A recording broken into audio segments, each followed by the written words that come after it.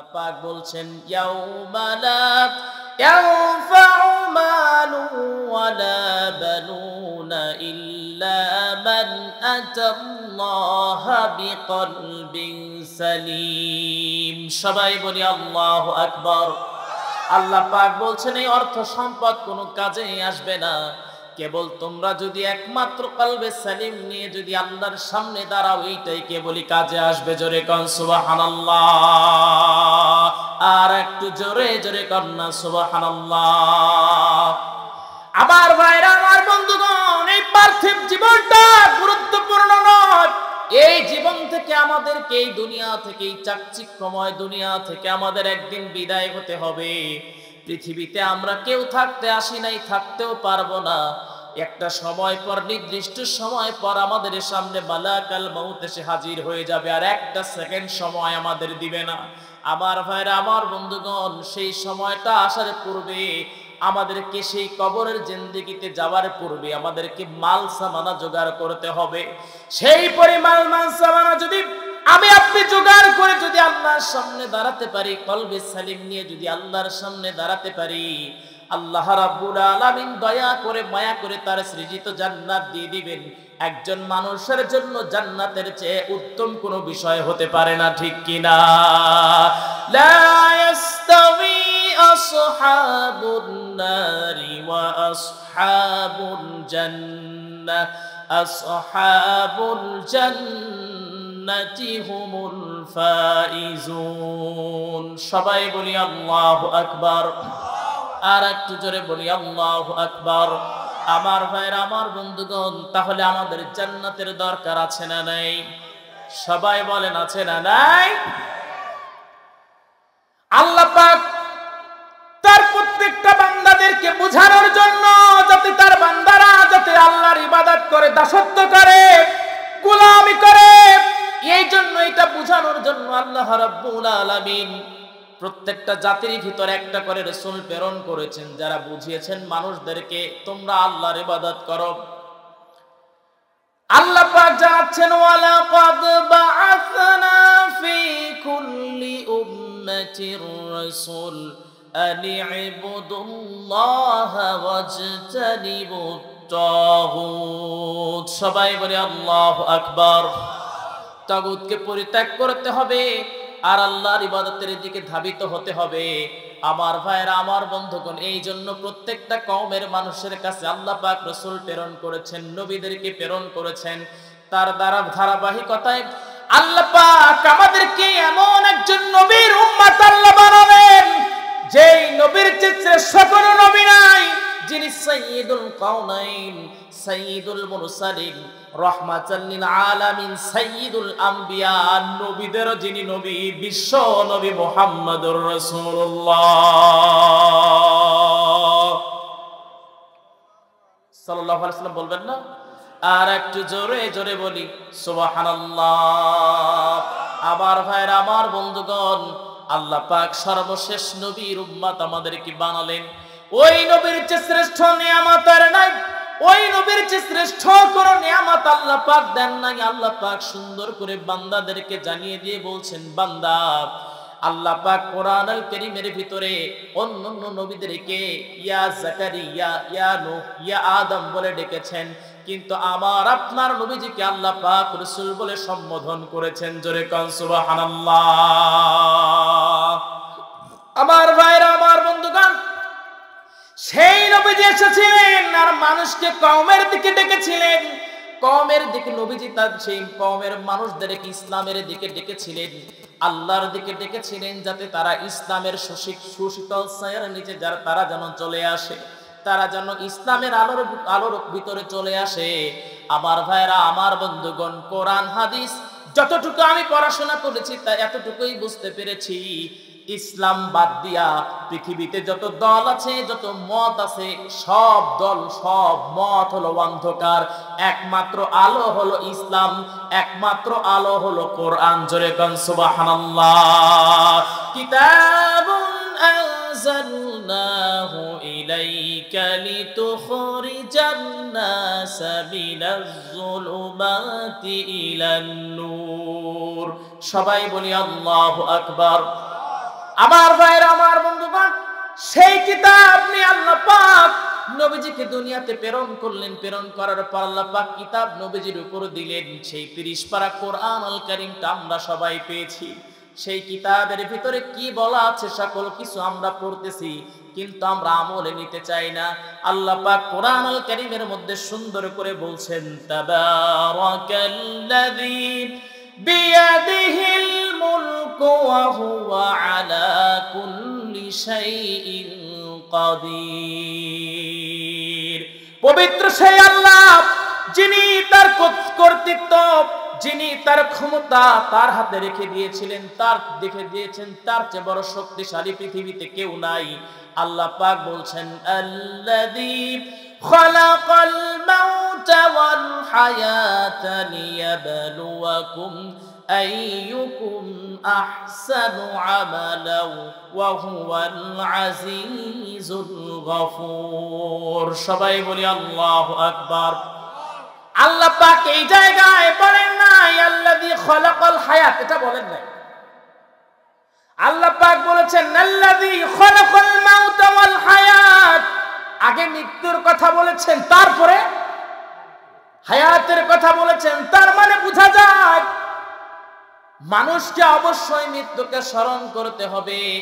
আগে আপনাকে মনে রাখতে হবে মৃত্যুটা আমার সন্নিকটে। আমার ভাইরা, আমার বন্ধুগণ, সবাই বলেন মৃত্যু কতটুকু সন্নিকটে? আপনার যে গলার যে শিরাটা আছে, শিরাটা যে উপশিরা আছে, এর চেয়ে বেশি নিকটে হলো আপনার মৃত্যু। পৃথিবীতে আপনি যত নবী দেখাবেন, কেউ মৃত্যু থেকে বাঁচতে পারে নাই। যত রাসূল দেখাবেন, কেউ মৃত্যু থেকে বাঁচতে পারে নাই। মৃত্যু থেকে বাঁচাও যাবে না।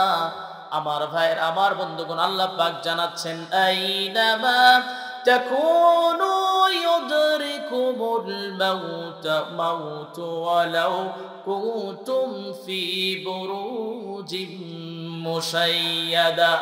আল্লাহ পাক বলছেন, তোমরা যদি দুর্গ কেটে সেখানেও পলায়ন করো, মৃত্যু থেকে বাঁচতে পারবা না, বাঁচার কোনো উপায় থাকবে না। আমার ভাইরা, আমার বন্ধুগণ, যখন নির্দিষ্ট সময় যখন উপনীত হয়ে যাবে, আজরাইল আলাইহিস সালাতু ওয়াস সালাম আমাদের সামনে দাঁড়াবে, একটা সেকেন্ড সময় আমাদেরকে দিবে না, ঠিক কিনা? এই আয়াতটাকে যদি আজকে প্রত্যেকটা নেতারা যদি সামনে রাখতো, মরে যেতে হবে, তাহলে অর্থ সম্পদ গুলো লুণ্ঠন করে বিদেশে পাচার কেউ করতে পারতো না কোনোদিন, ঠিক কিনা? আপনিও যদি এই আয়াতটাকে সামনে রাখতেন, তাহলে আপনি পাশের বাড়ির আন্টিরে ডিস্টার্ব করতে পারতেন না। বোঝা যায় না? কষ্ট হয়। আমার ভাইরা, আমার বন্ধুগণ, আমার আপনার নবীজিও কিন্তু তিনি একজন রাষ্ট্রনায়ক ছিলেন, রাষ্ট্রনেতা ছিলেন। আমার আপনার নবীজি যখন মক্কা থেকে বিতাড়িত হলেন, একটু মনোযোগ দিয়ে শুনেন, বেশি অনেক রাত হয়ে গেছে, 1 ঘন্টার উপরে হয়তো বা আলোচনা করা যাবে না। আমার আপনার নবী সাইয়্যিদুল কাওনাইন রাহমাতাল লিল আলামিন বিশ্ব নবী যখন কালেমার দাওয়াত দেওয়া যখন প্রচার করলেন, পরে যখন নবীজি আমল করা শুরু করলেন, তাগুতকে পরিত্যাগ করো, আল্লাহর দিকে ধাবিত হও, আল্লাহর ইবাদত করো। যখন আল্লাহর রাসূল যখন এই আয়াতের উপর আমল শুরু করে দিলেন, তখন আমার আপনার নবীজিকে বলা হলো পাগল মুহাম্মদ। নবীজিকে অপমান করা হলো, নবীজির নামের বিকৃতি ঘটানো হলো। আমার ভাইরা, আমার বন্ধুগণ, তাতেও তারা কিছুই করতে পারে নাই। আমার আপনার নবীজিকে আল্লাহ পাক হিজরতের অনুমতি দিয়ে দিলেন। নবীজি যখন হিজরত করবেন, নবীজির মনে বড় ইচ্ছা হলো, আমি যদি একটু কাবা শরীফের পাশে গিয়ে যদি একটু আল্লাহর সিজদা দিতে পারতাম। নবীজি যখন এই টেন্ডেন্সি মনের ভিতরে রাখলেন, গভীর রাত, অন্ধকার রাতের ভিতরে নবীজি চলে গেলেন কাবা শরীফের পাশে। কাবা শরীফের কাছে গিয়ে নবীজি ওসমান বিন তালহার কাছে চাবি ছিল। নবীজি বললেন, ওসমান বিন তালহা, তোমার কাছে চাবি আছে, একটু চাবিটা আমাকে দিয়ে দাও। আমার মনে বড় ইচ্ছা হয় আমি একটু কাবা শরীফের ভিতরে ঢুকে আল্লাহর সিজদা করব। আমার ভাইরা, আমার বন্ধুগণ, ওসমান বিন তালহা আমার আপনার নবীজিকে ধাক্কা মেরে ফেলে দিলেন। নবীজি পড়ে গেলেন, নবীজির কপালে আঘাত লাগলো, জখম হয়ে গেল। নবীজি দাঁড়ালেন, দাঁড়িয়ে বলছেন, ওসমান বিন তালহা, আজকে তোমার হাতে ক্ষমতার চাবি, এই জন্য তুমি আমাকে ধাক্কা মারলা। উসমান বিন তালহা, একদিন যেদিন তোমার ওই হাতের চাবি আল্লাহ আমার হাতে দিয়ে দিবেন, সেই দিন তুমি কি করবা? উসমান বিন তালহা বুঝতে পারলেন ছোট্টবেলা থেকে শুরু করে আজ পর্যন্ত ভুলের ছলে যিনি মিথ্যা বলেন নাই তিনি হলেন মুহাম্মাদুর রাসূলুল্লাহ। ইন্নাকা ওয়ারনা কোই नुसरफ ही नहीं है सरतार तुम्हारा रुपए ज़ेबा नज़रा या रब दिखा दे याद के सब जलवाए हदी या रब दिखा दे या रब दिखा दे याद के सब जलवाए हदी एक बार को अता हो एक बार को अता हो ज़ियारत रसूल की आहा जन्नत में लेके जाएगी चाहत रसूल की जन्नत में लेके जाएगी जन्नत में लेके जाएगी चाहत रसूल की आहा जन्नत में लेके जाएगी चाहत रसूल की। কেউ জবান বন্ধ না রেখে সমস্বরে চিৎকার মেরে বলেন আল্লাহু আকবার। আর একটু জোরে বলেন আল্লাহু আকবার। আবার ভাইরা, আমার বন্ধুগণ, নবীজি উসমান বিন তালহাকে যখন এই কথা বললেন, উসমান বিন তালহার হাতটা তখন কাঁপতে শুরু করে দিল। উসমান বিন তালহা নবীজির কাছে চাবি দিলেন, দিয়ে বললেন মুহাম্মদ বিন আব্দুল্লাহ, এই নাও তোমার কাছে আমি চাবিটা দিয়ে দিলাম, কিন্তু মুহাম্মদ বিন আব্দুল্লাহ তুমি এই কথাটা আবু জেহেলকে বলবা না, কারণ আবু জেহেল হলো প্রেসিডেন্ট। আবু জেহেল যদি জানেন আমি তোমাকে এই চাবিখানা দিয়েছি, আবু জেহেল আমার উপর অত্যাচারের স্টিম রোলার চালিয়ে দিবে, এই কথা প্রকাশ করো না। নবীজি যখন কাবা শরীফ যখন দরজা করে যখন ভিতরে প্রবেশ করলেন, ৩৬০টা মূর্তি নবীজি দেখতে পারলেন। আল্লাহর নবী সব মূর্তিগুলো ভেঙে ফেলবেন। জিবরিল আলাইহিস সালাতু ওয়াস সালাম ডেকে বলে, হে রাসূল, আপনি কাবা শরীফের ভিতরে এই মূর্তিগুলো ভাঙবেন না, এখন সেই সময়টা নাই। আমার ভাইয়ের, আমার বন্ধুগণ, আল্লাহর নবী বিশ্ব নবী মূর্তি গড়ার জন্য আসেন নাই, মূর্তিগুলোকে ভাঙার জন্য নবীজি এসেছেন, ঠিক কিনা? আমার ভাইয়ের, আমার বন্ধুগণ, নবীজি আমার মক্কা থেকে যখন মদিনায় হিজরত করলেন, আবু বকর রাদিয়াল্লাহু তাআলা আনহুকে নিয়ে যখন আমার আপনার নবীজি যখন তিনি মদিনায় যখন হিজরত করলেন, মদিনায় হিজরত করার সময় আবু জেহেল, উতবা, সায়বারা তারা বলাবলি করতে লাগলো, মুহাম্মদ তো আমাদের হাত ফসকে বের হয়ে গেল, তাকে ধরতে হবে। আবু বকরের বাড়িতে গেলেন। আবু বকরের একটা কন্যা ছিল, নাম ছিল আসমা। তাকে ডেকে বলল, ও আসমা, তোমার বাবা আবু বকর কোথায়? হযরতে আসমা তিনি ডেকে বললেন, আমার বাবা কোথায় আছে সেটা আমি জানি না। আবু জেহেল এত জোরে কানেতে থাপ্পড় মারলেন, আসমার কানে একটা দুল ছিল, দুল ছিঁড়ে মাটিতে পড়ে গেল। তখন ওই আসমা আল্লাহর কাছে দোয়া করেছিলেন, আল্লাহ, আমার বাবার মুহাম্মদ সাল্লাল্লাহু আলাইহি ওয়াসাল্লামকে হত্যা করার জন্য আবু জেহেল, উতবা, সায়বা আমার কানে আঘাত করেছে, আমার কানের দুলটা ছিঁড়ে জমিনে ফেলে দিয়েছে। আল্লাহ, আমি তোমার কাছে প্রার্থনা জানাই, এই জমিনে যেন নবীজির কর্তৃত্ব যেন স্থাপন হয়ে যায়। আবু জেহেল, উতবা, সায়বা যখন রওনা দিয়ে দিলেন মুহাম্মদ সাল্লাল্লাহু আলাইহি ওয়াসাল্লামকে ধরবেন, আমার আপনার নবীজিকে ধরতে রওনা দিয়ে দিলেন, কিন্তু আমার আপনার নবীজি আবু বকর রাদিয়াল্লাহু তাআলা আনহুকে নিয়ে তিনি ওই জায়গায় গুহার ভিতরে নবীজি আশ্রয় নিলেন। তারা ওই জায়গায় গেলেন, গুহার সামনে পায়চারি করে, কেউ ডেকে বলে এই গুহার ভিতরে আছে, একজন বলে এই গুহার ভিতরে যদি থাকে তাহলে মাকড়সা কিভাবে জাল বুনলো, জাল ভেদ করে তো যেতে হবে। ঠিক এমন সময় আবু বকর রাদিয়াল্লাহু তাআলা আনহু তিনি ফলো করলেন, ওই জায়গায় গর্ত আছে। এইটা যখন তারা চোখের সামনে ভেসে উঠল, আবু বকর ডেকে বলে, নবীজি আপনি বড় ক্লান্ত পরিশ্রান্ত, একটু রেস্ট নেন।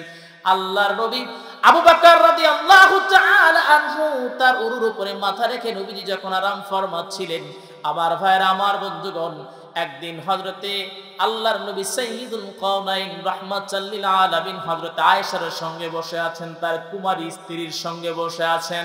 আল্লাহর নবী ডেকে বললেন, আয়েশা রে, ওই যে আসমানে যত তারকারাজি দেখতে পাও, ওই তারকারাজির চেয়ে আমার একজন সাহাবী আছে যার আমল সবচেয়ে বেশি। তিনি অন্য কেউ নন, তিনি হলেন ওমর রাদিয়াল্লাহু তাআলা আনহু। হযরতে আয়েশা রাদিয়াল্লাহু তাআলা আনহা তিনি মনটা খারাপ করে বলছেন, হে রাসূল, তাহলে আমার বাবা আবু বকরের অবস্থান কি? আল্লাহর নবী মুস্কি হেসে ডেকে বললেন, আমার সঙ্গে হিজরত করার ওই রাত্রিতে আমার সাহাবী আবু বকর আমার সঙ্গে হিজরত করেছিল। ওই একটা রাত্রের আমল যদি তামাম বিশ্বের মানুষের সব আমলগুলো যদি, সকল সাহাবীদের আমলগুলো যদি এক পাল্লায় দিয়ে দেয়া যায়, হিজরতের রাত্রিতে আবু বকর আমার সঙ্গে হিজরতের সময় যে একটা রাত অতিবাহিত করেছিল, ওই একটা রাতের আমল তামাম বিশ্বের মানুষের আমলকে হার মানাবে। জোরে কান সুবহানাল্লাহ। আমার ভাইরা, আমার বন্ধুগণ, সেই উরুটা ধন্য যেই উরুর উপরে নবীজি আরাম ফরমাইছেন। আমার ভাইরা, আমার বন্ধুগণ, বিশাল লম্বা ঘটনা, আমি মেইন পয়েন্টে যেতে চাচ্ছি, সেই জন্যই আলোচনাটা নিয়ে আসলাম। আল্লাহর নবী রাহমাতাল লিল আলামিন যখন আবু বকর রাদিয়াল্লাহু তাআলা আনহুকে যখন নিয়ে মদিনায় তিনি অবস্থান করলেন, এর মাঝখানে ওই গুহার ভিতরে একটা ঘটনা ঘটে গেল। আবু বকর রাদিয়াল্লাহু তাআলা আনহু তিনি ফলো করলেন, চারদিক দিয়ে গর্ত রয়ে গেছে। আবু বকর তার নিজের যেই চাদরখানা ছিল, চাদরখানা ছিঁড়ে ছিঁড়ে গর্তগুলো বন্ধ করে দিলেন। একটা গর্ত দেখতে পেলেন, সেই গর্তটা তিনি পা দিয়ে তিনি আটকিয়ে ধরলেন, কারণ ওই জায়গায় ওই গর্তটা বন্ধ করতে পারে নাই, চাদর শেষ হয়ে গেছে। এই মুহূর্তে হঠাৎ করে আবু বকর রাদিয়াল্লাহু তাআলা আনহু তার পায়ের উপরে কি যেন কামড় মারল, বিষের যন্ত্রণায় সহ্য তিনি করতে পারতেছিলেন না। আবু বকর রাদিয়াল্লাহু তাআলা আনহু নিজের অজান্তেই চোখ দিয়ে পানি ঝরঝর করে পড়তে লাগলো। তার চোখের পানি গিয়া নবীজির মুখের উপর যখন পড়েছে, আমার আপনার নবী সাইয়্যিদুল কওনাইন রাহমাতাল লিল আলামিনের ঘুমটা ভেঙে গেছে। নবীজি ডেকে বলে, আবু বকর রে, কেন কান্না করো রাসূল? গর্ত দেখতে পেলাম, গর্তগুলো বন্ধ করলাম, একটা বন্ধ করতে পারি না, ওই জায়গায় পা দিয়েছি, কি যেন কামড় দিয়েছে। আল্লাহর নবী রাগান্বিত হয়ে গেলেন, আর নবীজি ডেকে বললেন, গর্তের ভিতরে কি আছো? এই সময়টাতে আমার সাহাবীকে কামড় দেয়, এমনকি বেয়াদব আছো এই ভিতরে। ঠিক এমন সময় একটা সাপ বের হলো। সাপটা বের হয়ে আমার আপনার নবীজির সামনে তিনি বড় করে ফনা পাতলেন, আর নবীজির সামনে দাঁড়িয়ে আল্লাহর নবী ডেকে বললেন, কেন তুমি কামড় দিলা? সাপটা এইবার ডেকে একটা কথা বলছিল, সেটা জানার দরকার আছে না নাই? সবাই বলেন, আছে না নাই? এই জন্য শেষ পর্যন্ত থাকতে হবে ইনশাআল্লাহ। আমরা কারা কারা আগেই চলে যাবো? হাত তুলে দেখাই। কেউ যাবো না? আল্লাহ পাক কবুল আর মঞ্জুর করেন, বলেন আল্লাহুম্মা আমিন। আমার ভাইরা, আমার বন্ধুগণ, আমার আপনার নবীজি যখন তিনি মদিনায় যখন প্রবেশ করলেন, মদিনার মানুষেরা নবীজিকে চেয়েছিল, সেই জন্য তারা নবীজিকে পেয়েছে। আমার ভাইরা, আমার বন্ধুগণ, নবীজি যখন মদিনায় গেলেন, মদিনার মানুষেরা নবীজিকে পাগল হয়ে তারা গ্রহণ করলেন, সদরে গ্রহণ করলেন। মদিনার মানুষেরা নবীজিকে ডেকে বললেন, হে রাসূল, এই মদিনার সকল মানুষেরা আপনাকে জান প্রাণ দিয়ে নবীজি আমরা সহযোগিতা করব, ভালোবাসা দিব। ইয়া রাসূলুল্লাহ, কিন্তু একটা শর্ত দিতে হবে। আল্লাহর নবী ডেকে বললেন, ও মদিনার মানুষেরা, বলো কি শর্তের বিনিময়ে আমাকে তোমরা ভালোবাসা দিবা? সবাই ডেকে বলে, ইয়া রাসূলুল্লাহ, আপনি যেমন মদিনাতে আসলেন, নবীজি আপনি দুনিয়া থেকে বিদায় হওয়ার পর এই মদিনায় আপনার রওজা হতে হবে। জোরে কান সুবহানাল্লাহ। আমার ভাইরা, আমার বন্ধুগণ, নবীজি মক্কায় থাকাকালীন কত কষ্ট নবীজিকে সবাই দিয়েছে। আল্লাহর নবী এত কষ্ট করে মক্কা থেকে মদিনায় তিনি বিতাড়িত হলেন আল্লাহর আদেশে। যখন নবীজি মদিনায় প্রবেশ করলেন, আল্লাহ পাক ধীরে ধীরে বরকত বেশি করে নাজিল করলেন। একের পর বদর প্রান্ত চলে আসলো, বদরতে আল্লাহ পাক বিজয় দিলেন। এরপরে উহুদের ময়দান চলে আসলো। সাময়িকভাবে মুসলমানদের পরাজয় হয়েছিল, কিন্তু পরবর্তীতে আল্লাহ পাক তাদেরকে বিজয় দান করেছিলেন। আমার ভাইরা, আমার বন্ধুগণ, যখন নবীজি যখন আল্লাহ পাক আদেশ করলেন, যখন শক্তি সামর্থ্য মুসলমানদের বেড়ে গেল, আমার আপনার নবীজি মদিনা থেকে সাহাবায়ে কেরামদের নিয়ে মক্কা বিজয় তিনি করতে রওনা দিয়ে দিলেন। সেই দিনের মতো আনন্দ আর কোনোদিন ছিল না। যেই মক্কা থেকে আমার আপনার নবীজি বিতাড়িত হয়েছিলেন, সেই মক্কাতে আমার আপনার নবীজি সাহাবায়ে কেরামদের নিয়ে মাথা উঁচু করে তিনি মক্কায় প্রবেশ করতেছিলেন। এর চেয়ে বড় আনন্দের কিছু নাই। রাতের বেলায় নবীজি পলায়ন করেছিলেন, আর সেই মক্কাতে নবীজি বীরের বেশে তিনি প্রবেশ করতেছেন। আমার ভাইরা, আমার বন্ধুগণ, দুঃখ আর কষ্ট আর পরিতাপের বিষয় হলো বাংলাদেশের একজন আলোচক, হৃদয়ের স্পন্দন, আমাদের প্রিয় ভাই মিজানুর রহমান আল আজহারি, এই বাংলাদেশ থেকে তিনি পালাতে, তাকে বের করে দেওয়া হলো। তিনি চলে গেলেন, আস্তে করে কোনো কথা বলে নাই। এখন পর্যন্ত কোরআনের ময়দানে অবস্থান করতে পারে নাই বা পারতেছে না। তবে একটা সময় আসবে মিজানুর রহমান আল আজহারি বাগের বেশে ফিরবে, ঠিক কিনা?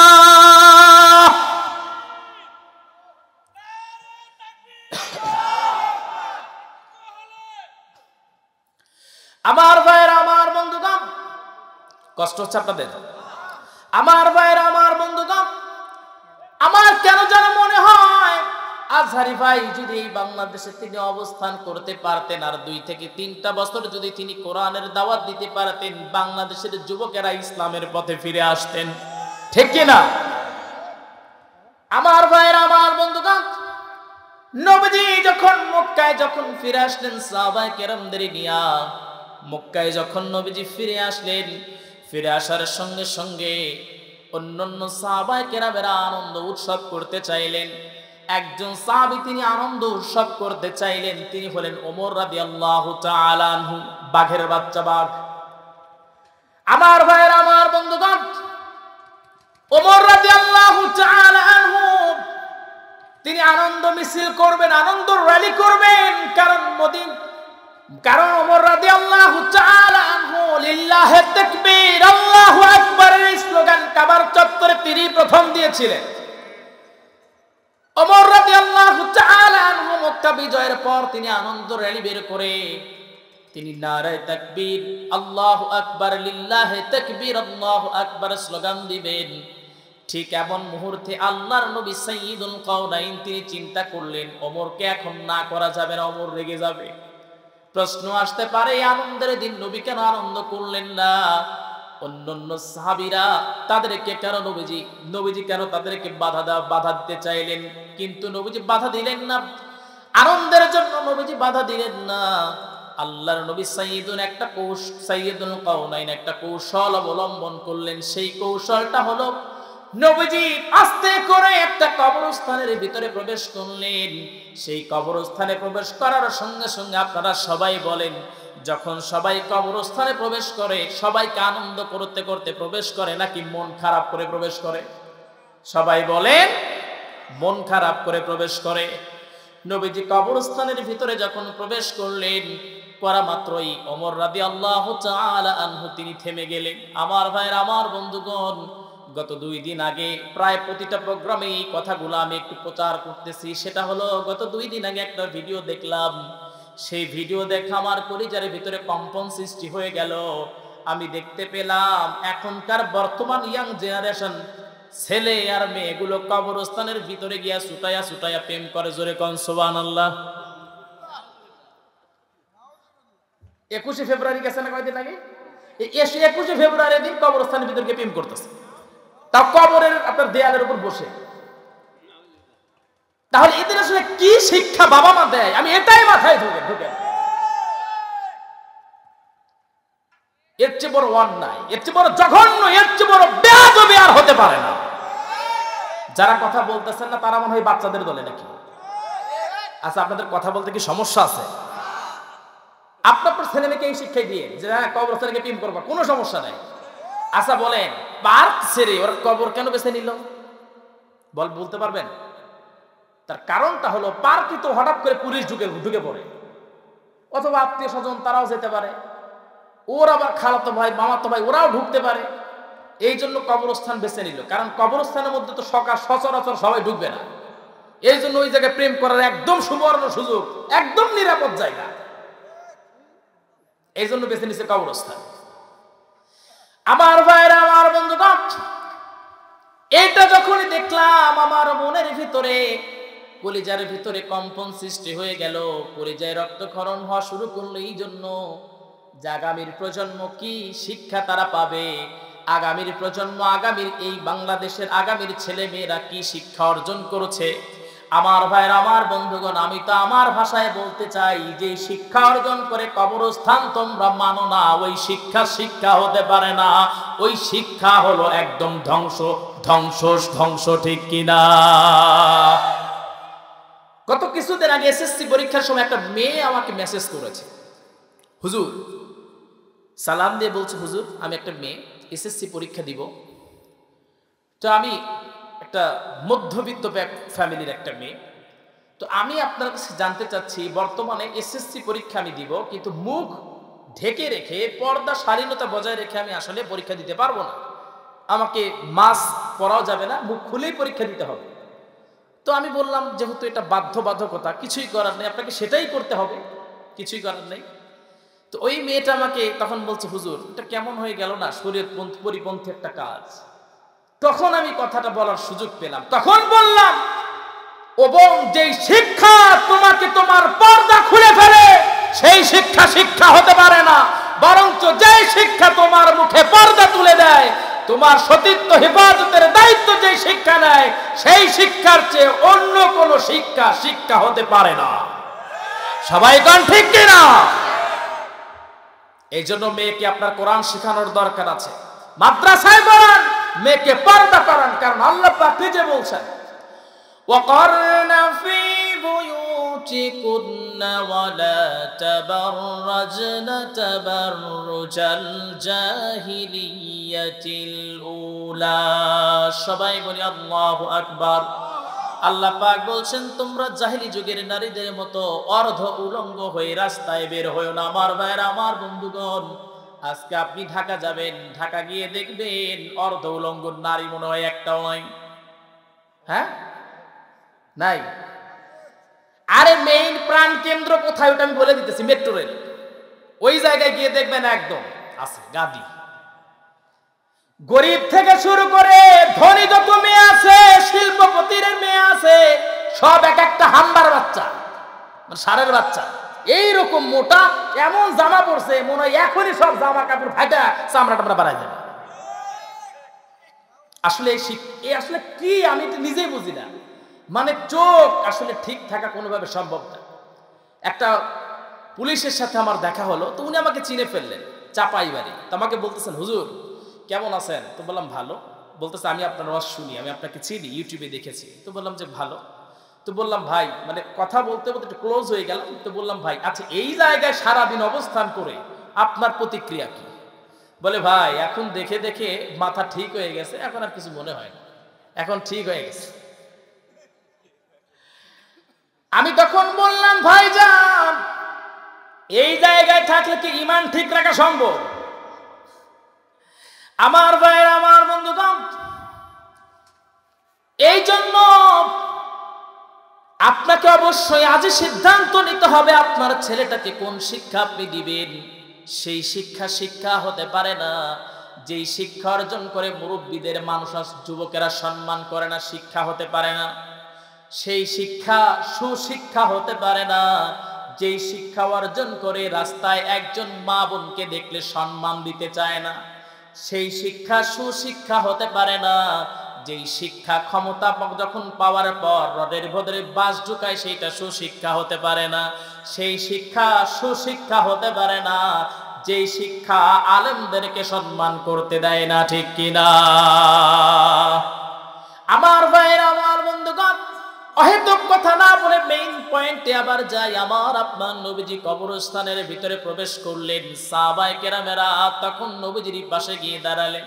হযরত ওমর ডেকে বলে, ইয়া রাসূলুল্লাহ, আজকে আনন্দকর মুহূর্ত, কেন আপনি কবরস্থানের ভিতরে প্রবেশ করে আমাদের আনন্দকে নষ্ট করলেন? নবীজি, কি আপনি জানেন না এই মক্কা থেকে আমরা কেমন করে বিতাড়িত হয়েছিলাম? ইয়া রাসূলুল্লাহ, বিলালের কষ্টের দিন কি আপনার মনে নাই? আবু বকরকে কষ্ট দেওয়া হয়েছে সেদিনকে মনে নাই? খাব্বাবকে কেমন করে কষ্ট দেওয়া হয়েছে আপনার মনে নাই? আল্লাহর নবী ডেকে বললেন, আজকে আনন্দের দিন, এটা আমি জানি, এটা আমি মানি। আজকে তোমরা আনন্দ করবা, এটাই তো স্বাভাবিক। কিন্তু আমি আজকে আনন্দ করতে পারতেছি না, কারণ আমার প্রিয় সহধর্মিনী আমার খাদিজার কথা আমি নবীজির মনে পড়ে গেছে। আজকে যদি আমার খাদিজা যদি জীবিত থাকতো, আমার খাদিজার চেয়ে বেশি খুশি কেউ হতো না। আমার ভাইয়ের, আমার বন্ধুগণ, কিছু কিছু নতুন সাহাবী ছিলেন, তারা প্রশ্ন করলেন, ইয়া রাসূলুল্লাহ, ইয়া হাবিবাল্লাহ, খাদিজা সম্পর্কে জানতে চাই। এই খাদিজার সম্পর্কে জানতে চাই, খাদিজার কোন আমলটা ছিল যেই আমলটার কারণে আল্লাহ তাকে এত সম্মান দিয়েছিলেন। আল্লাহর নবী হযরত খাদিজা রাদিয়াল্লাহু তাআলা আনহার সম্পর্কে বলতে লাগলেন। আল্লাহর নবী বললেন, যখন ইসলামের যখন দাওয়াত দেওয়ার যখন আল্লাহ পাক প্রস্তাব আমাকে করলেন, যখন আদেশ করলেন, আমি যখন গারে হেরায় যখন আল্লাহ পাক যখন কোরআন নাজিল করলেন, সূরা আলাকের 5টা আয়াত নাজিল করলেন, আমি যখন বাসায় ফিরে আসলাম আর সর্বপ্রথম আমার খাদিজাকে আমি দ্বীনের দাওয়াত দেই। আমার খাদিজাকে দাওয়াত দেওয়ার পর সর্বপ্রথম আমার খাদিজা কালেমা পড়ে নেয়, লা ইলাহা ইল্লাল্লাহু মুহাম্মাদুর রাসূলুল্লাহ। তুমি রহমান, তুমি মেহেরবান, অন্ধ গাহে না শুধু তোমারি গুণগান, বুঝেও বুঝে না তব শান, তুমি মেহেরবান। জনম জনম যদি গাহি তোমারি মহিমা, গাওয়া শেষ হবে নাহি, ভোরেও ভরে না যেন সাহারায় প্রাণ, তুমি রহমান, তুমি মেহেরবান। সবাই বলি আল্লাহু আকবার। আমার ভাইয়ের, আমার বন্ধুগণ, সেই আল্লাহর চেয়ে দয়াশীল কেউ হতে পারে না, যে আল্লাহ আমার আপনার নবীজিকে এমন একটা স্ত্রী দান করেছিলেন, যে স্ত্রী নবীজিকে সবকিছুতে সহযোগিতা করেছেন। আমার ভাইয়ের, আমার বন্ধুগণ, ঘরের ভিতরে যদি একটা কাকের মতো স্ত্রী আপনারা তাকে সারাদিন ক্যা ক্যা ক্যা ক্যা করে, জীবন তেজপাতা, ঠিক কিনা?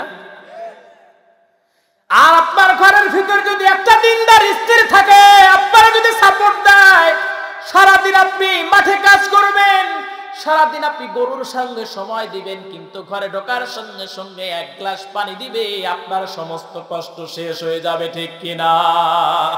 পুরুষ মানুষ পরিশ্রম করে কখনো ক্লান্ত হয় না, পুরুষ মানুষ ক্লান্ত হয় বইয়ের প্যা প্যা প্যা, মানে চিল্লারিতে পুরুষ ক্লান্ত হয়ে যায়। আমার ভাইয়ের, আমার আপনাদের এলাকায় এরকম মা বোন তো নাই, আছে না নাই? আমার বাড়ির পাশে ভাই কি যে একটা অশান্তি হয়ে গেছে, এটা আসলে বলার কোনো অবকাশ রাখে। ওরা সবাই একসাথে বসে, গোল হয়ে বসে, স্বামীটাকে সকালবেলা বিদায় করে দেয়, এরপরে সবাই একসাথে বসে সারাদিন স্বামীর নামে বদনাম করে। এরপরে আশেপাশে যারা আছে, কে কি করলো, কোন বুর কাপড় সুন্দর, কোন বুর এই ওই ইত্যাদি ইত্যাদি আলোচনা, আছে না নাই? সবাই বলেন আছে না নাই? আমার ভাইয়ের, আমার বন্ধুগণ, আল্লাহর নবী সাইয়্যিদুল কাওনাইন রাহমাতাল লিল আলামিন বলতে শুরু করলেন, আমার খাদিজা যে পরিমাণে সাপোর্ট আমাকে দিয়েছে, আমার খাদিজাকে আমি কালেমার দাওয়াত দেওয়া মাত্রই খাদিজা কালেমার দাওয়াত গ্রহণ করে নিয়েছে। আমার ভাইয়ের, আমার বন্ধুগণ, আজকালকে আপনার স্ত্রীকে আপনি মুরিদ বানাতে যাবেন, হবে না, কারণ আপনার স্ত্রী জানে আপনি কত বড় বুজুর্গ বা বেজিরগু, আপনার স্ত্রী জানে। আমার ভাইয়ের, আমার বন্ধুগণ, আল্লাহর নবী দাওয়াত দেওয়া মাত্রই খাদিজা গ্রহণ করে নিলেন। আল্লাহর নবী বলেন, আমি যত রাত্রিতে বাসায় ফিরতাম, দাওয়াতের কাজ শেষ করে যখন সমাপ্ত করে যখন বাসায় ফিরে আসতাম, আমার খাদিজাকে দরজায় নক করার সঙ্গে সঙ্গে দরজাটা খুলে দিত। আমি প্রশ্ন করতাম, খাদিজা কেন তুমি দরজা এক নখেই খুলে দাও? হযরত খাদিজা রাদিয়াল্লাহু তাআলা আনহা ডেকে বলে, হে রাসূল, এই জন্য আমি ঘুমাই না, দরজার সঙ্গে পিঠটা লাগায় লাগায় অপেক্ষা করি। সারাটা দিন আপনি দাওয়াতের কাজে বাহিরে থাকেন, আবু জেহেল সারাদিন আপনার পিছু পড়ে থাকে, উতবা সাহেবা আপনার পিছনে পড়ে থাকে, আপনাকে কষ্ট দিবে, আপনাকে আঘাত করবে, তবেই তাদের আনন্দ, তবেই তাদের মজা। ইয়া রাসূলুল্লাহ, রাত্রে বেলায় আপনি যদি এসে দেখেন আমি খাদিজা ঘুমাই, তাহলে তো আপনি কষ্ট পেয়ে যাবেন। সে সারাদিন আমি কষ্ট করি, আমার স্ত্রীর নাক ডেকে ঘুমায়, আল্লাহ অসন্তুষ্ট হয়ে যাবে। ইয়া রাসূলুল্লাহ, আমি খাদিজা এই জন্য ঘুমাই না, দরজার সঙ্গে পিঠটা লাগায়া লাগায়া আপনার জন্য অপেক্ষা করি। জোরে কোন সুবহানাল্লাহ।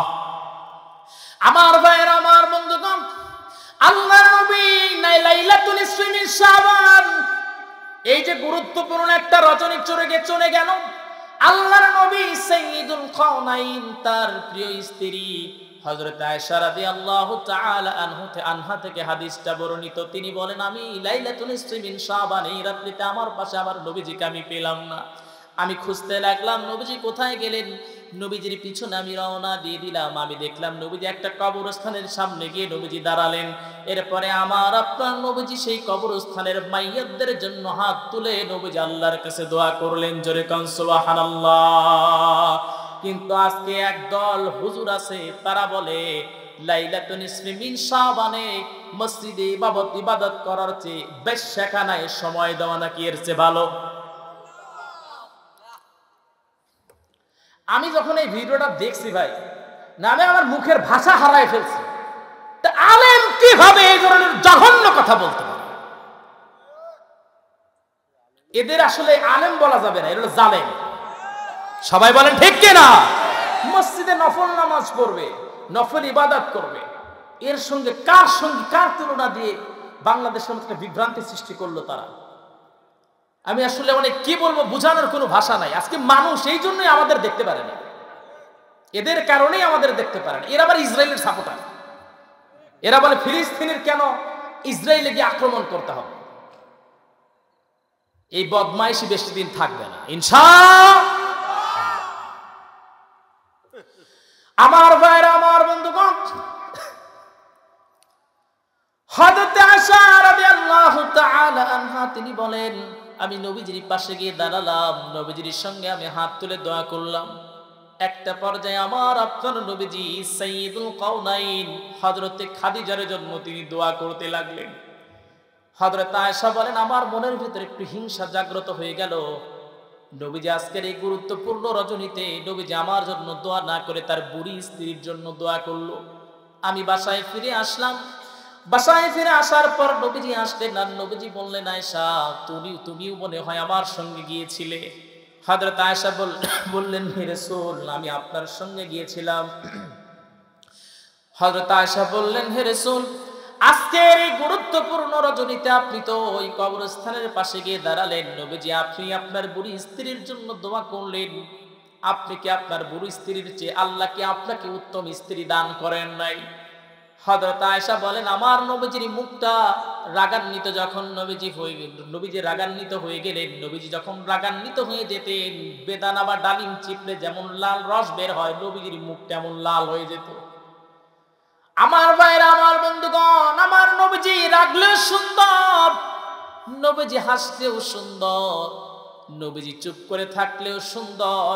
চাঁদের চেয়ে সুন্দর মুহাম্মদ সাল্লাল্লাহু, চাঁদের চেয়ে সুন্দর তুমি নবী আমার কামলিওয়ালা, দো জাহানের বাদশাহ তুমি প্যারা নবী সাল্লাল্লাহু আলা, চাঁদের চেয়ে সুন্দর তুমি নবী আমার কামলিওয়ালা। আল্লাহু আকবার। আমার ভাইরা, আমার বন্ধুগণ, হযরত খাদিজা, হযরত আয়েশা যখন এই কথা বললেন, নবীজি রেগে গেলেন আর ডেকে বলছে, আয়েশা, কখনো আমার খাদিজা সম্পর্কে কটূক্তি কখনো করতে পারবা না, কারণ তোমরা আমার সুখের দিনের সঙ্গিনী, আর আমার খাদিজা মক্কার জমিনে আমার কষ্টের দিনের সঙ্গিনী। আমার ভাইরা, আমার বন্ধুগণ, কতটা ভালো নবীজি খাদিজাকে বাসতেন। আল্লাহর নবী দোয়া করেছিলেন, আল্লাহ, দুনিয়ার এই সংক্ষিপ্ত জীবন থেকে আমার খাদিজাকে তুমি ছিনিয়ে নিয়েছো, আখিরাতের ওই লম্বা সময় আমার খাদিজাকে আমার থেকে তুমি ছিনায়া নিও না। আমার ভাইরা, আমার বন্ধুগণ, হযরতে আল্লাহর নবী সাইয়্যিদুল কাওনাইন সাহাবীদেরকে বলতেছিলেন, সাহাবীরা, এরপরে যখন খাদিজার সঙ্গে আমার যখন বিবাহ হয়ে গিয়েছিল, তখন কাফের বেঈমানরা আমার নামে অনেক অপবাদ তারা দিয়েছিল। আমি গরিব মানুষ, আমাকে কেন বিবাহ করতে হবে? হযরতে খাদিজা যে এই কাজটা করেছিল, একটা উট জবাই করে সবাইকে দাওয়াত করেছিল। সবাই যখন আসলো, আমার অপমান খাদিজা সহ্য করতে পারে নাই। উট জবাই করে সবাইকে দাওয়াত খাওয়ানোর পর হযরতে খাদিজা ডেকে বললেন, তোমরা সবাই বলো আরবের ভিতরে সবচেয়ে শক্তিশালী, সবচেয়ে সম্মানিত গোত্র কোনটা, কম বংশ কোনটা? সবাই বলল কুরাইশ বংশ। এরপরে তিনি বললেন, সবাই বলো আরবের ভিতরে সবচেয়ে সুদর্শন যুবককে? সবাই ডেকে বললেন মুহাম্মদ বিন আব্দুল্লাহ। এরপরে প্রশ্ন করা হলো, সবাই ডেকে বলো আরবের ভিতরে সবচেয়ে সৎ চরিত্রবান যুবককে? সবাই বলল মুহাম্মদ বিন আব্দুল্লাহ। হযরতে খাদিজা ডেকে বললেন, তাহলে তোমরা বলো সব দিকে আমার স্বামী আগানো, শুধু টাকা নাই। সবাই বলে এই জন্যই তো বলছিলাম বিয়ে করার দরকার নাই, টাকা নাই। হযরতে খাদিজা বললেন, আমি খাদিজাকে যত অর্থ সম্পদ আল্লাহ দান করেছেন, আমি খাদিজা আমার স্বামীকে দিয়ে দিলাম। আরবের ভিতরে সবচেয়ে শ্রেষ্ঠ যুবক হলো মুহাম্মদুর রাসূলুল্লাহ সাল্লাল্লাহু। আমার ভাইরা, আমার বন্ধুগণ, এই নবীজিকে যদি কেউ নিয়ে কটূক্তি করে, খাদিজা যেমন সহ্য করতে পারে নাই, আমরাও সহ্য করতে পারি না, ঠিক কি না? তুমি আমার বংশরে গালি দিতে পারো, তুমি আমাকে গালি দিতে পারো, আমার বুকে পা রাখতে পারো, আমরা মেনে নিব, না মানলেও মেনে নিব, সমস্যা নাই। কিন্তু যদি ইসলাম নিয়ে, কোরআন নিয়ে, আল্লাহকে নিয়ে যদি কেউ কটূক্তি করে কথা বলে, আমার ভাইয়েরা, আমার বন্ধুগণ, সহ্য করতে পারি না, সহ্য করতে পারবো না, যতক্ষণ পর্যন্ত রাজপথে নেমে আমরা মিছিল না করব, ঠিক কিনা? আমার কষ্ট লাগছে, ফ্রান্সের ম্যাক্রন বাংলাদেশে প্রবেশ করার পর নবীজিকে নিয়ে ব্যঙ্গচিত্র তৈরি করা হয়েছিল। আজ থেকে প্রায় 70-50-60 বছর আগে একজন কুলাঙ্গার যে হাত দিয়ে তিনি নবীজির ব্যঙ্গচিত্র তৈরি করেছিলেন, আল্লাহ পাক ওর হাতটাকে এমন করে দিয়েছেন, পোষে কয়লা হয়ে গেছে। সুবহানাল্লাহ বলতে পারেন নাই? আমার ভাইরা, আমার বন্ধুগণ, আমরা এগুলো সহ্য করতে পারি? আল্লাহর নবী বললেন, সময় সংকীর্ণ, আমি সংক্ষিপ্ত ভাবে আলোচনাটা করতেছি। আল্লাহর নবী বললেন, আমি একদিন বাসায় ফিরলাম, বাসায় ফিরে আমি দেখতে পারলাম আমার খাদিজা উঠোনের ভিতরে গড়াগড়ি করতেছে। আল্লাহর নবী ডেকে বললেন, খাদিজার কাছে গেলেন। হযরতে খাদিজার কাছে গিয়ে নবীজি খাদিজার মাথাখানা নিয়ে নবীজির উরুর উপরে লাগলেন, মুখের কাছে মুখটা নিলেন। নবীজি মুখের কাছে মুখটা নিয়া প্রেমের সুরে, নরম সুরে নবীজি ডেকে বলছেন, খাদিজা, কেন তুমি উঠোনের ভিতরে গড়াগড়ি খাও? কেন তুমি উঠোনের ভিতরে গড়াগড়ি করো? দেখো তোমার সারাটা গা ধুলাবালি জড়ে গেছে। হযরতে খাদিজা ডেকে বলে, নবীজি, কেন আমি এমনটা করব না? গতকাল রাত্রিতে জাহান্নামের আগুন আমি স্বপ্নে দেখেছিলাম ইয়া রাসূলুল্লাহ। এখন আমার চোখের ভিতরে ওই জাহান্নামের আগুনটা ভেসে উঠেছে নবীজি, সহ্য করতে পারি না। ওই জাহান্নামের আগুনে যে চলে যাবে, জাহান্নামের আগুন যদি কারো হাতে লেগে যায় কলিজা পড়বে, মাথায় লাগে কলিজা পড়বে, পায়ে লাগলে কলিজা পড়ে যাবে। ইয়া রাসূলুল্লাহ, ইয়া হাবিবাল্লাহ, ওই জাহান্নামের আগুনে আমি জ্বলতে পারবো না। নবীজি, আমাকে তিনটা ওসিয়ত আপনাকে করতে হবে, ততক্ষণ পর্যন্ত আপনাকে আমি এই জায়গা থেকে উঠবো না। 3টা অঙ্গীকারবদ্ধ হতে হবে। আল্লাহর নবী বললেন, বলো কি অঙ্গীকার তুমি আমার সঙ্গে করতে চাও, কি শর্ত আমাকে দিতে চাও? আল্লাহর নবী সঙ্গে সঙ্গে যখনই বললেন, হযরতে খাদিজা ডেকে বললেন, ইয়া রাসূলুল্লাহ, দুনিয়া থেকে বিদায়ের পর, আমি খাদিজা দুনিয়া থেকে বিদায়ের পর গারে হিরার ভিতরে জিবরিল আলাইহিস সালাতু ওয়াস সালাম আপনাকে আলিঙ্গন করেছিল, সূরা ফালাকের 5টা আয়াত নাজিল হয়েছিল। ইয়া রাসূলুল্লাহ, এই জুব্বাখানা আমি খাদিজার কাফনের কাপড় বানায়া দিবেন।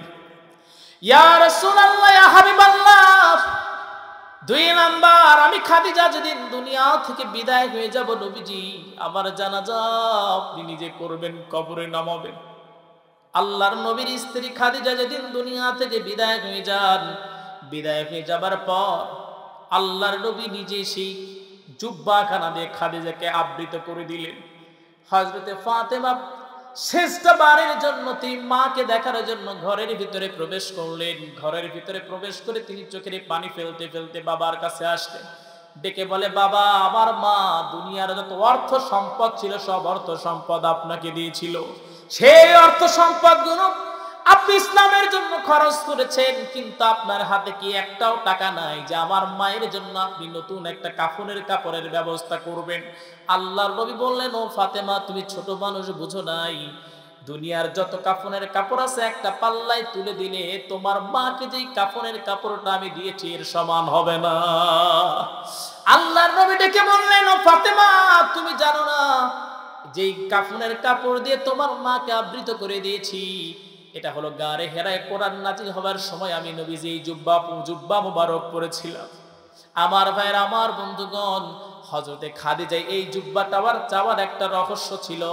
হযরতে খাদিজা জাহান্নামের আগুনে ভয় পেতেন, তেনার মনের টার্গেট ছিল, তার মনের একটা ইচ্ছা ছিল, তার চিন্তা ভাবনা এমন ছিল, আমাকে যদি জাহান্নামের আগুন স্পর্শ করে নবীজির জুব্বায় জাহান্নামের আগুন কোনো সময় লাগবে না। নবীজির এই জুব্বা যদি আমার দেহে থাকে আমি খাদিজার জাহান্নামের আগুন স্পর্শ করতে পারবে না। এই জন্য তিনি ওই জুব্বাখানা চেয়েছিলেন। আল্লাহর নবী সেই জুব্বা তাকে দিয়েছিলেন। আল্লাহর নবী রহমাতাল লিল আলামিন তিনি জানাজা করলেন, কবরের ভিতরে তিনি নামায়া দিলেন। এরপর ৩ নম্বর যে অঙ্গীকারবদ্ধ নবীজি হয়েছিলেন, আল্লাহর নবীকে যে তিনি বলেছিলেন, হে রাসূল, আমি খাদিজার ৩টা প্রশ্নের আনসার আপনাকে দিতে হবে। আমার ভাইয়ের, আমার বন্ধুগণ, আল্লাহর নবী সাইয়্যিদুল কাওনাইন তিনি বলেছিলেন, খাদিজা আদম আলাইহিস সালাতু ওয়াস সালাম থেকে শুরু করে আজ পর্যন্ত যত মুমিনাত, যত নরনারী, যত নবী রাসূল দুনিয়া থেকে চলে গেছে 3টা প্রশ্নের আনসার তাদেরকেই দিতে হয়েছে। ও খাদিজা, এটাও তোমাকে দিতে হবে, এটা আমি দিতে পারবো না। আল্লাহর নবী এইবার কবর ছেড়ে যান না। আল্লাহর নবী যখন কবর ছেড়ে যান না, আবু বকর রাদিয়াল্লাহু তাআলা আনহু তিনি ডেকে বলেন, হে রাসূল, কবর কি ছেড়ে যাবেন না? জানি খাদিজাকে ছাড়া আপনার যেতে কষ্ট হচ্ছে। হে রাসূল, আপনি কি খাদিজার কবর ছেড়ে যাবেন না? আল্লাহর নবী ডেকে বলছেন, ও আবু বকর, যতক্ষণ পর্যন্ত ফেরেশতারা আমার খাদিজাকে প্রশ্ন না করবে, যতক্ষণ প্রশ্নের আমি আনসার শুনতে না পাবো, ততক্ষণ কবর ছাড়বো না। আল্লাহ পাক ডেকে বলেন, হে রাসূল, চিন্তার কোনো কারণ নাই। যেই খাদিজা ইসলামের জন্য সমুদয় অর্থ সম্পদ দিতে পারে, যেই খাদিজা আপনাকে সাপোর্ট দিতে পারে, দুনিয়াতে আপনাকে ভালোবাসা দিতে পারে, ইসলাম প্রচারের জন্য সহযোগিতা করতে পারে, সেই খাদিজার মুখ থেকে 3টা প্রশ্নের আনসার আমি আল্লাহ গ্রহণ করব না। আমি রব্বে কারীম আমার খাদিজার 3টা প্রশ্নের আনসার দিয়ে দিয়েছি। একটু জোরে জোরে বলা যায় নাকি সুবহানাল্লাহ? আর একটু জোরে জোরে কন্যা সুবহানাল্লাহ। আমার ভাইরা, আমার বন্ধুগণ, হযরতে খাদিজা রাদিয়াল্লাহু তাআলা আনহা নবীজির স্ত্রী হওয়া সত্ত্বেও যিনি যদি কবর কেমন ভয় করতেন, আমার ভাইরা, আমার বন্ধুগণ, তাহলে আপনারা বলেন আমাদের অবস্থানটা কোথায়? আমরা তো 1000 টাকা মসজিদের কবরস্থানে দান করে মনে করি জান্নাত কিনা নিলাম, এমনটা মনে করি না? আরে জান্নাত তো আমার বাবার, 1000 টাকা দিছে আমার হয়ে গেছে।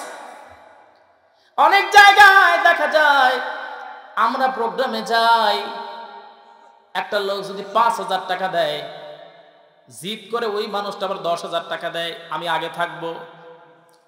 আমার ভাইরা, আমার বন্ধুগণ, আবার অনেক জায়গায় যখন আমরা বলি প্রকাশ্যে দান করার চেয়ে গোপনে দান করা বেশি উত্তম, ওর ক্ষমতা আছে 10,000 টাকা দিবে, নাম না বলে 500 টাকা দিয়ে চলে যায়। কি চালাকি! আমার কথা বুঝেন নাই? গোপনে দান করা বেশি উত্তম, এই কথা যখন আমরা বলি তখন কি করে? আপনার গোপনে 500 টাকা দিয়ে চলে যায়, অথচ ক্ষমতা আছে 10,000 টাকা দিবে। আমার ভাইয়েরা, আমার বন্ধুগণ, কষ্ট হচ্ছে? একটু জিকির করি সুবহানাল্লাহ।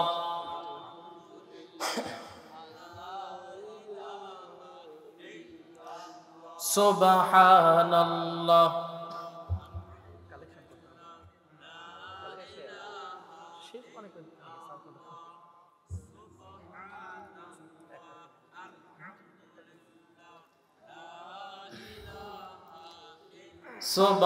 সুবহানাল্লাহ, আলহামদুলিল্লাহ, লা ইলাহা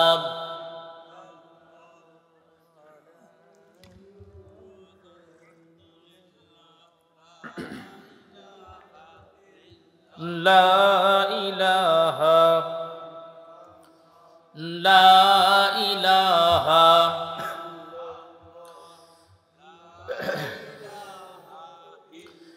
লা ইলাহা ইল্লাল্লাহু মুহাম্মাদুর রাসূলুল্লাহ। সবাই বলি সাল্লাল্লাহু আর একটু জোরে বলি সাল্লাল্লাহু। আমার ভাইরা, আমার বন্ধুগণ, আল্লাহর নবী সাইয়্যিদুল কাওনাইন রাহমাতাল লিল আলামিনের স্ত্রী যেমন কবরকে ভয় করতেন, সাহাবীরাও কবরকে ভয় করতেন, কি করতেন না? সবাই বলেন। ভাই শেষ করে দেই নাকি? হ্যাঁ, আপনারা তো কথা বলতেছেন না। আর একটু চলবে? কেউ কথা বলতেছে না। আপনারা কি মনোযোগ দিয়ে শুনতেছেন নাকি? হ্যাঁ, এজন্য কথা বলতেছেন না।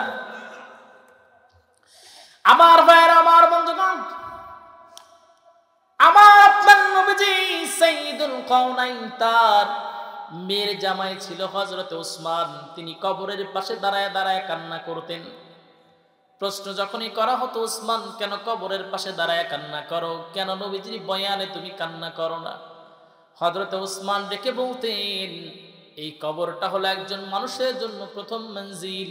এই কবরটা যদি পার হয়ে যায় সবকিছুতে আল্লাহ তারে মুক্তি দান করবে, কিন্তু এই কবরে যদি আটকা পড়ে যায় বাঁচার কোনো কায়দা থাকবে না, সব জায়গায় বান্দা আটকা পড়ে যাবে।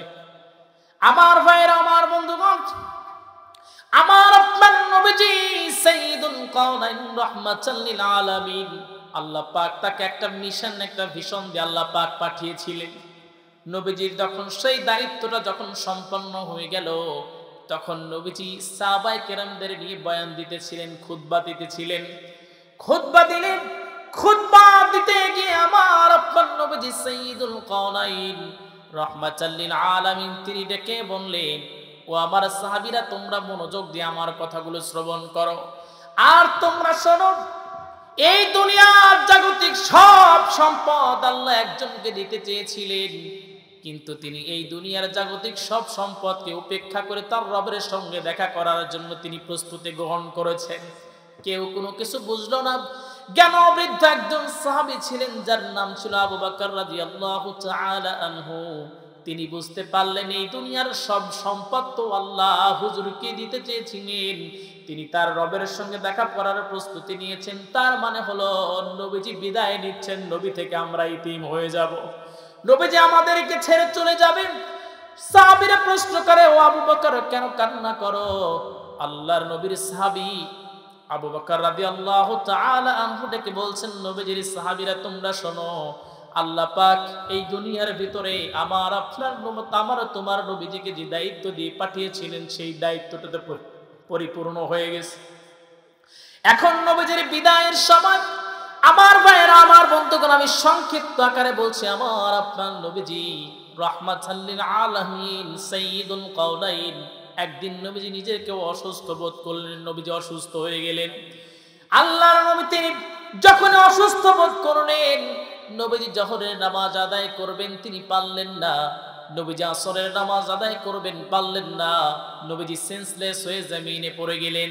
আল্লাহর নবী সাইয়্যিদুল কাওনাইন রাহমাতাল লিল আলামিন যখন হুঁশটা ফিরল, তখন ইশারের আজান হয়ে গেছে, জামাত শুরু হয়ে গেছে। আল্লাহর নবী ডেকে বললেন, কোন সময় আয়েশা?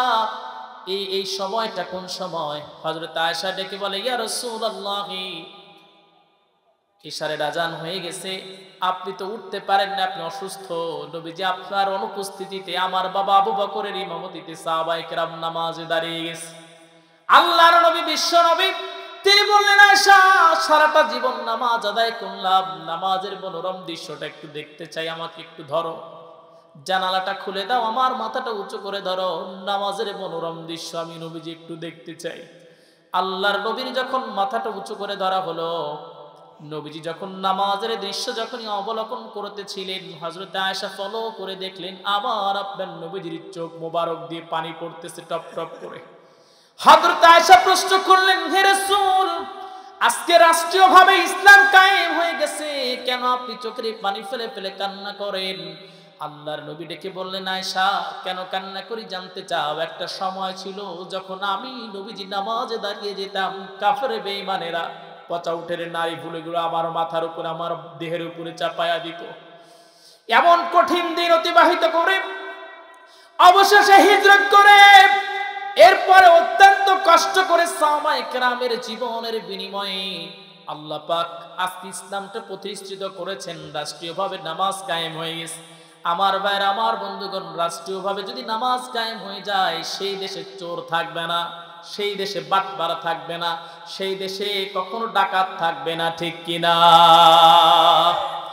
আল্লাহর নবী বিশ্ব নবী রাহমাতাল লিল আলামিন তিনি বললেন, আয়েশা এই যে নামাজের দৃশ্যটা তুমি দেখতে পাও, এই নামাজকে প্রতিষ্ঠিত করার জন্য তায়েফের ময়দানে আমার রক্ত ঝরেছে, উহুদের ময়দানে আমার রক্ত ঝরেছে, উহুদের ময়দানে দান মুবারক শহীদ হয়েছে, সাহাবায়ে কেরামেরা জীবন দিয়েছে। এই যে নামাজের দৃশ্য তুমি দেখতে পারছো, কিয়ামত পর্যন্ত আমার উম্মতেরা সারিবদ্ধভাবে তারা জামাতে নামাজ আদায় করবে রে আয়েশা। আমার ভাইরা, আমার বন্ধুগণ, আজকে মসজিদে আজান ঠিক হয়, কিন্তু আল্লাহর গোলামেরা মসজিদে প্রবেশ করে না, ঠিক কিনা? আজকে মাহফিল হয়, মাহফিলে খুব সুন্দরভাবে আলোচনা শুনি, কিন্তু এশারের নামাজ এখন এখানে পড়ি নাই এমন আল্লাহর ওলি অনেক আছে। এরপরে ফজরের নামাজ পড়বো না, কারণ অনেক রাত পর্যন্ত হুজুর ফাইন আলোচনা করছিল। আবার কেউ বলবো কি আলোচনা করছে বুঝি নাই, যাই হোক রাত তো জাগছি, এই জন্য ফজরের নামাজ পড়বো না, 9টা বা 10টার সময় গিয়ে পড়লেই হয়ে যাবে। আবার কেউ কেউ ফতুয়া দেয় ওরা বড় মুফতি, যখন ঘুম ভাঙবে কথা না বলে নামাজে দাঁড়াবা, ওইটাই হলো ওয়াক্ত। এমন মুফতি আছে না নাই? আমার ভাইরা, আমার বন্ধুগণ, রাহমাতাল লিল আলামিন তিনি বললেন আমার উম্মতেরা দাঁড়ায়া জামাতে তারা সারিবদ্ধভাবে দাঁড়ায়া নামাজ আদায় করবে। আমার ভাইরা, আমার বন্ধুগণ, সংক্ষেপে বলছি, আল্লাহর নবী রাহমাতাল লিল আলামিন যখন সাহাবায়ে কেরামের নামাজ শেষ হয়ে গেল, সাহাবায়ে কেরামেরা যখন নবীজির সামনে এসে দাঁড়ালেন, আল্লাহর নবী যে অসুস্থ সাহাবায়ে কেরামেরা বুঝতে পারলেন।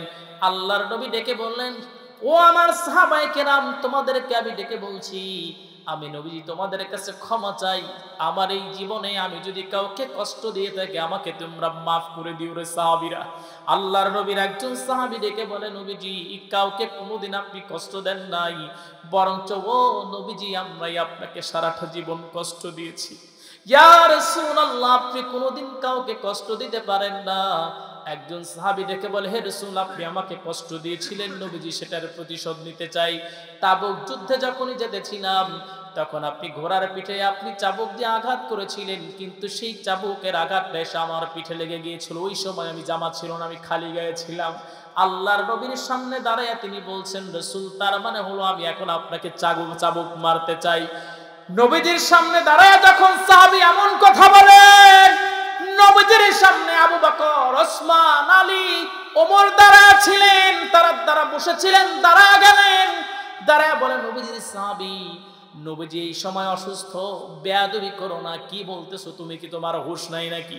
আল্লাহর নবীকে যদি এই সময় তুমি যদি গিয়ে চাবুক দিয়ে আঘাত করো, নবীজি এমনি অসুস্থ, এমনি দুনিয়া থেকে বিদায় হয়ে যাবে। সাহাবী ডেকে বলে, ইয়া রাসূলুল্লাহ, যতক্ষণ পর্যন্ত আপনি আমাকে অনুমতি না দিবেন, ইয়া রাসূলুল্লাহ, কিয়ামতের দিন আল্লাহর সামনে আপনাকে আসামি করে ফেলবো। আল্লাহর নবী ডেকে বললেন, ও আমার সাহাবী, ওকে তোমরা আসতে দাও, এবং সাহাবী তুমি আসো, আমাকে আঘাত করো, প্রতিশোধ নিতে নিয়ে নাও। আমার ভাইরা, আমার বন্ধুগণ, আল্লাহর নবী রাহমাতাল লিল আলামিন মৃত্যুর সময় কিন্তু এই কথা বলেছিলেন, কিন্তু আজকে যদি আমার যদি একটু ক্ষতি হবে, প্রয়োজনে খুনাখুনি হয়ে যাবে, আমার ক্ষতি আমি হতে দিব না। আছে না নাই? আছে না? আরে মার্ডার হয়ে যাক কোনো সমস্যা নাই, কিন্তু আমি আমার জমির 1 ইঞ্চি ছাড়ব না। আমার ভাইয়ের, আমার বন্ধুগণ, সাহাবী নবীদের সামনে যখন দাঁড়ালেন, দাঁড়িয়ে যখন নবীজি জামা খুললেন, সাহাবী এবার নবীজির গায়ে তিনি আঘাত করবেন, সঙ্গে সঙ্গে আল্লাহর নবী সাইয়্যিদুল কাওনাইন রাহমাতাল লিল আলামিন যখন জামা খুলেছেন, সাহাবী নবীজিকে আঘাত করবেন, সাহাবী নবীজির সামনে দাঁড়ায়া ছিলেন, সামনে থেকে নবীজি পিছন দিকে তিনি চলে গেলেন। সাহাবী নবীজির পিছনে গিয়া নবীজির ঘাড়ের উপরে কবুতরের ডিমের মতো খতমে নবুয়তের সিলমোহর ছিল, সেই সিলমোহরে যখন তিনি চুমু লাগায়া দিলেন, দেওয়ার সঙ্গে সঙ্গে নবীজির সামনে এসে দাঁড়ালেন, দাঁড়িয়ে বলছেন, ইয়া রাসূলুল্লাহ, ইয়া হাবিবাল্লাহ, নবীজি ওই জাহান্নামের আগুনটারে আমি ভয় পাই। ইয়া রাসূলুল্লাহ, ইয়া হাবিবাল্লাহ, আমি আপনার জবান থেকে মাঝে মাঝে ওই জাহান্নামের বয়ানগুলো শ্রবণ করতাম। ইয়া রাসূলুল্লাহ, ওই জাহান্নামে যেতে পারবো না, মাঝে মাঝে বলতেন আপনার খতমে নবুয়তে যে চুমু লাগাইয়া দিবে, জাহান্নামের আগুন তার জন্য আল্লাহ পাক হারাম করে দিবে। ইয়া রাসূলুল্লাহ, আমি আপনার খতমে নবুয়তের সিলমোহরে চুমু মারলাম, চুমু দিলাম, আল্লাহ কি আমার গুনাহগুলো মাফ করে জাহান্নামটা আমার জন্য হারাম করে দিয়েছে নাকি? আল্লাহর নবী দাঁড়ায়া বললেন, ও আমার সমস্ত সাহাবীরা তোমরা শোনো, আজকে আমার এই সাহাবী টেকনিক করে হলেও আমার খতমে নবুয়তের সিলমোহরে চুমু লাগিয়েছে। আমি নবীজি ঘোষণা করলাম আল্লাহ পাক ওর জন্য জাহান্নামটাকে হারাম করে দিয়েছেন। কঠিন হাসরের দিনে আখেরি নবীজি বিনে পাপী উম্মতকে করিবে পার, আর পাপী উম্মত কে করিবে পার। যত আল্লাহর নবী রবে নফসি নফসি বলবে সবে, কাঁদবে সবে হয়ে আলাচারে কঠিন সেই নিদান, মায় চিনবে না গর্ভের সন্তান, স্বামী না চিনিবে পরিবার। বাঁচাও বাঁচাও উঠবে ধ্বনি সেই দিন নবীর গুণমণি, বাঁচাও বাঁচাও উঠবে ধ্বনি সেই দিন নবীর গুণমণি। উম্মত বলে করিবেন চিৎকার, পাপী উম্মতকে করিবে পার, আর পাপী উম্মত কে করিবে পার। নবী বলবেন আবু বকর তুমি লাও দোজখের খবর, উম্মত যাই দোজখে আমার। কোথায় আমার উসমান গনি, তুমি লাও কাউসারের পানি, উম্মতের করাও না আহার। পুল সিরাতের কঠিন পুলে হযরত আলী যাও না চলে, পুল সিরাতের কঠিন পুলে হযরত আলী যাও না চলে। ওমর লও মিজানের পাল্লার ভার, পাপী উম্মতকে করিবে পার, আর পাপী উম্মত কে করিবে পার। কঠিন হাসরের দিনে আখিরি নবীজি বিনে পাপী উম্মতকে করিবে পার। সবাই বলি আল্লাহু আকবার, আর একটু জোরে বলি আল্লাহু আকবার। আমার ভাইরা, আমার বন্ধুগণ, নবীজি দুনিয়া থেকে বিদায় হয়ে যাবে, সময় সংকীর্ণ, এই জন্য পুরোপুরি আলোচনাটা আমি করতে পারলাম না। আমার আপনার নবীজি তিনি দুনিয়া থেকে বিদায়ের সংলগ্নে আল্লাহর নবী ডান আর বাম বুকের উপরে হাসান আর হুসাইন শুয়ে আছেন। নবীজিকে জড়িয়ে ধরে নবীজির পাশে নবীজির স্ত্রী হযরত আয়েশা রাদিয়াল্লাহু তাআলা অবস্থান করেছেন। এরপরে নবীজির কন্যা ফাতেমা অবস্থান করেছেন। আল্লাহর নবীজি ডেকে বললেন, ও আমার আয়েশা, আমার মুখটা বড় দুর্গন্ধ লাগছে, একটু আমাকে মিসওয়াক দিয়ে দাও। হযরত আয়েশা তার ভাই আব্দুর রহমানকে বললেন, হযরত আব্দুর রহমান রাদিয়াল্লাহু তাআলা আনহু একটা মিসওয়াক নিয়ে এসে দিলেন। আল্লাহর নবীর স্ত্রী তিনি বুঝতে পারলেন নবীজির এখন ওই পরিমাণে শক্তি নাই, তিনি মিসওয়াকটা চিবাবেন। এই জন্য হযরত আয়েশা তিনি মুখের ভিতরে তিনি মিসওয়াকখানা নিলেন। মিসওয়াকখানা নিয়া তিনি চিবাতে লাগলেন। চিবায়া চিবায়া নবীজির সামনে যখন দিলেন, আল্লাহর নবী মুখের ভিতরে যখন সেই মিসওয়াকখানা নিলেন, নবীজি মিসওয়াকখানা নিয়া হযরতে আয়েশার যেই লালাগুলো মিসওয়াকের সঙ্গে লেগেছিল, আল্লাহর নবী সেই মিসওয়াকের ভিতরে থেকে লালাগুলো চুষে চুষে পান করতে লাগলেন। জোরে কান সুবহানাল্লাহ। স্বামী স্ত্রীর সম্পর্ক কতটুকু সুন্দর নবীজির থেকে শিখতে হবে। সুবহানাল্লাহ বলতে পারেন নাই? আজকালকার স্বামী স্ত্রীর সম্পর্ক হলো টম আর জেরির মতো, সকালে ভালো তো বিকালে একদম খেটে দিয়ে বেরাবেরি আছে না নাই? আমার ভাইয়ের, আমার বন্ধুগণ, এরকম নাই আপনাদের এখানে? নাই? মা বোনেরা রাগ করতেছে তাই না? আছে আমাদের ওখানে আছে ভাই। স্বামীর এমন অবস্থা করে ছাড়ে যে কথা বলে সাহস পায় না। স্বামী একটা কথা বলবে সেই সাহসটা নাই, এমন সাইজ করবে মানে বাপ দাদার নাম ভুলাই দেবে। আমার ভাইয়ের, আমার বন্ধুগণ, নবীজি আমার দুনিয়া থেকে বিদায়ের সংলগ্নে হযরতে ফাতেমা ফলো করে দেখলেন। আমি আজকের আলোচনা এটা বোঝাতে চাচ্ছি, সবাইকে দুনিয়া থেকে বিদায় হতে হবে, কিন্তু আমার আপনার নবীজি মৃত্যুর সন্নিকটে আমাদের ভুলে যায় না। আমার ভাইয়ের, আমার বন্ধুগণ, হযরতে ফাতেমা তিনি ফলো করে দেখলেন দরজার আড়াল দিয়া আসমানে মাথা জমিনে পা বিশাল আকৃতির কি যেন দেখা যায়, দরজা তিনি আটকায়া দিলেন। নবীজির সামনে দাঁড়ালেন, দাঁড়িয়ে বলছেন, বাবা কি যেন দেখতে পেলাম, আসমানে মাথা জমিনে পা, তাম পৃথিবীর যত পানি আছে সব তার মাথার উপরে দিলি তার মাথা থেকে ঘুরে পড়বে না। আল্লাহর নবী বললেন, দরজা আটকায়া দিয়ে কাজ হবে না, আজরাইল আলাইহিস সালাতু ওয়াস সালাম আমার সঙ্গে দেখা করবে, আর বেশি সময় আমার নাই, তোমাদের মাঝে বেশিক্ষণ আমি থাকতে পারবো না। জিবরিল আলাইহিস সালাতু ওয়াস সালাম আগে আসলেন, সালাম দিলেন, আসসালাতু ওয়াসসালামু আলাইকা ইয়া রাসূলুল্লাহ, আসসালাতু ওয়াসসালামু আলাইকা ইয়া হাবিবাল্লাহ।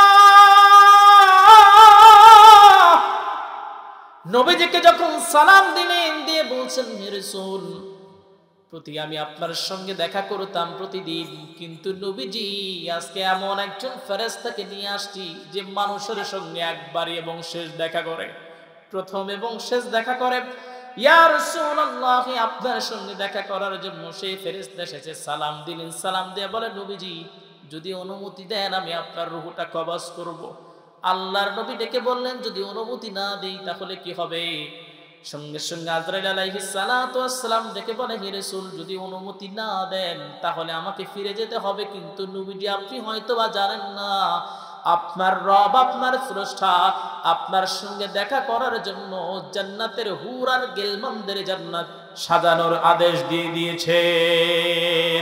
হেরা হতে হেলে দুলে নুরানি তনু কে আশিহায়, সারা দুনিয়ার হেরে মেরে পর্দা খুলে খুলে যায়, সে যে আমার কামলিওয়ালা, কামলিওয়ালা, সে যে আমার কামলিওয়ালা, কামলিওয়ালা।